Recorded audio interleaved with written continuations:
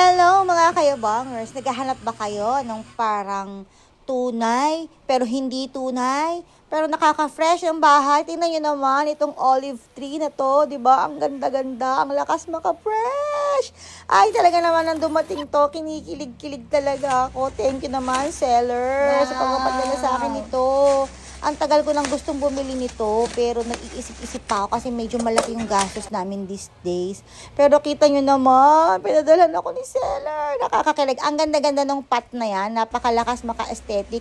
Tapos yung mga branches niya, talagang tunay. As in, kita nyo, hindi tinipid sa dahon at maraming olives. Ayan, kinikilig ako. May pa-okay-okay pa ako. Talagang habang ina-arrange ko yan, ay tuwang-tuwa ako at kinikilig-kilig ako kasi ang ganda-ganda. Kita nyo naman, diba? Hindi mo aakalaing fake yan.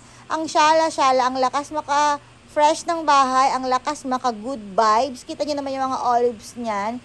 Ang dami, hitik sa bunga. Diba? Kaya ito, isang glimpse pa ng aking olive tree. Ang ganda-ganda talaga. Hindi ako mapapahiya. Kaya umorder na kayo, mga kayabangers. Talaga naman. Click the link below. Ang ganda nito. Ay, nako. Ang ganda. Umorder na kayo. Enjoy!